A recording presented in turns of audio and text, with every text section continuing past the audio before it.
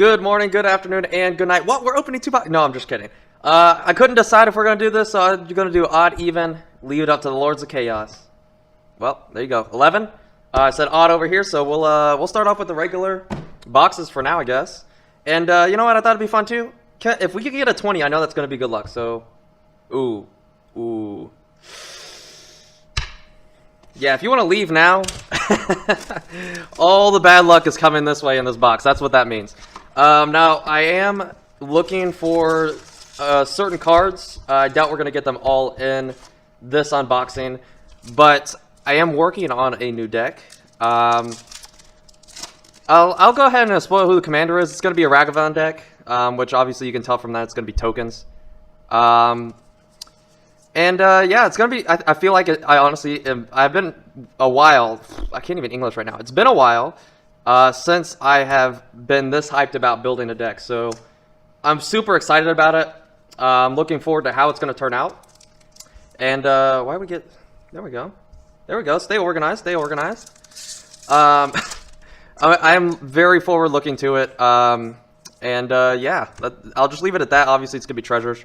You know what? If I like it, oh my gosh.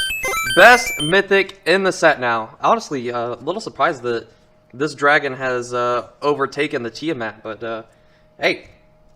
I mean, we ain't gonna complain. Oh, we did get a full row too. I didn't even notice that. The orb of the dragon kind. I feel like that's what Sarkin would sound like to me, like a very menacing kind of sound. Honestly, I am surprised that, well, I guess it is D&D, so, you know, obviously Soren isn't in D&D, but I feel like Soren, like, with all the dragons and stuff, this would have been a great time to do Soren, or no, not Soren, Sarkin. Sarkin, that's the one. Why am I shouldn't even, I don't even have an excuse, because I've already been awake for what, like, 4 hours now, so I'm already, like, I'm not asleep. It's just, I don't know. Something's wrong with me, that's what it is. Something is wrong with me. Now, if y'all haven't noticed, I have been skipping over the commons. Ooh, our first, the D&D looking lands here, and actually, it is a foil. I know a lot of people weren't really a fan of, you know, the looks of those, but I'm gonna say honestly, for me, I love them. Love it or hate it, I love them. I mean, there's nothing to hate for me. What I was gonna say though, commons, we do not have anything over $1, so we don't have to worry about commons. Uncommons, there are a few. Oh, bud. Lolth. Why are we having trouble focusing there? Good old Lolth, and damn, that art is superb. Absolutely superb. And look at that. What is she holding? Is that a body? I don't know. I don't know. Something like that. Something. The artwork is absolutely breathtaking. Now, hopefully, this isn't like Modern Horizons 2, where we're gonna get like all of the planeswalkers we get are all gonna be the same. I'm really hoping that is not the scenario, but if we do, I'm sure that some of my friends that play Magic with me wouldn't mind taking some off my hands. I'm assuming, I don't know. Sphere of Annihilation. Some people just like to watch the world annihilate. It do be like that sometimes, though. I'm actually surprised. Are we gonna hit our box time? Nah, I feel like we're gonna end up slowing down at some point, and then we're gonna definitely have to you know, speed up the video, which I'm sure we probably already are. We're at what, like almost 5 minutes. As tempting as it is to tear that card up, I do have to admit the artwork, I will allow it. I will allow it, Wizards. This is the only time that I have been okay with reprinting Evolving Wilds. But I am gonna say, as soon as we run into like a normal edition that is not the D&D version, you bet your ass we're tearing that shit up. I mean, I have more Evolving Wilds than I could possibly ever need. Like, I feel like I have so many that I could put Evolving Wilds in every single deck, the maximum amount that I have. And I would still have Evolving Wilds left over. So, Wizards, if you wouldn't mind just not reprinting it anymore, that would be much appreciated. Actually, wouldn't that be funny if Wizards, like, decided to not print it anymore, and then it actually had value? If only. Yeah, no, Evolving Wild, I mean, it's an alright card. It's a good budget card, but, I mean, in practice, I mean, why would you not just use a fetch land or something, you know? It's just 100 times better. It just really is, though. Just really is, though. Ooh, the deck of many things. Yeah. I actually am probably going to need that card now that I think about it. Probably going to need that card. And I'm sure that if we get like more than one copy, I'm sure I could find a home for it in more than one deck. To me, I just love the fact of the rolling d20s and doing things. I would say I'm a pretty chaotic kind of personality, and you know what? Rolling and leave it all to the Lords of Chaos, that is all 100% my speed. I mean, it's just how it has to be. If you don't leave it to chance, then what's the fun in winning the game, you know? Call me Yumiko Jabami or something, but sometimes you just gotta risk it all and put it all on the line and see what your luck actually shows. Okay. Guild Thief. Trucking along. And the Orcus. Yeah, that, Prince. Yes. Y'all should know by now that reading is not my specialty. Really is not. But, you know what is my specialty? You know what, I honestly don't. My specialty is opening packs on YouTube. I suppose that's what my specialty can be. I feel like I do make some pretty good meme decks sometimes, too. The Loyal, a War Hound. Ooh, and a foil land there. It is a little interesting that the basic lands, they decided to actually put flavor text on them. At least, as far as I'm aware, no basic lands have flavor text on them. Except for the secret lair ones, which I guess you can't really call those flavor text per se. But the secret layers where that, you know, had the full breakdown explanation of what a basic land actually does.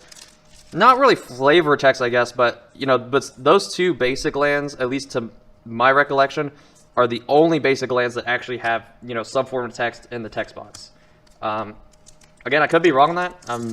I'd actually be curious if I'm wrong on that, because if there are others, I actually kind of want to know that there are, and also like what they could be, you know. The other thing I would say that I am happy about this set. Oh, okay. You know, I've seen a little meme-ish kind of plays in Modern, but I honestly do not expect that card to see a whole lot of movement. Interesting card, but unless you have, you know, a good way to break it or something, it's all right. It's just me. That's kind of how I feel like, you know, about the set overall. I love the flavor. I love, you know, the dice rolls. I love, you know, the return of leveling up and everything like that. But like power level, it's just kind of mad to me, you know. Like I feel like the dungeons are interesting mechanic, but in practice, I mean, you only get 3 different options of dungeons, and I don't know. I feel like in true D&D fashion, there should have been at least like 30 different dungeons you could choose from. That's like my personal opinion. On top of that, I feel like completing a dungeon, you should get, you know, a lot more rewards for it. You know, like at least to me, like from my recollection, one of the best ones is the one that you get to draw a card when you complete that dungeon. I mean, I'm sure that I honestly haven't paid much attention to them because I'm not really a fan of it. So there, you know, could be, you know, a little sleeper one on me or something like that. Damn it! Yes. Okay. This is the part in the video that we switch to. Are we hitting our value or not? Hold on, let me close this real quick so I can see here. Okay, so we're looking at between the old and Tiamat, we're looking at maybe like $40-ish or so. I'm gonna approximate Lolth is maybe like $6, I'm guessing. Deck of many things, maybe like a couple dollars. We're probably about halfway in our mythics right now, so I mean, I haven't really been paying a whole lot of attention in the rare slot. I don't even know like what is value or not yet because everything's still all over the place.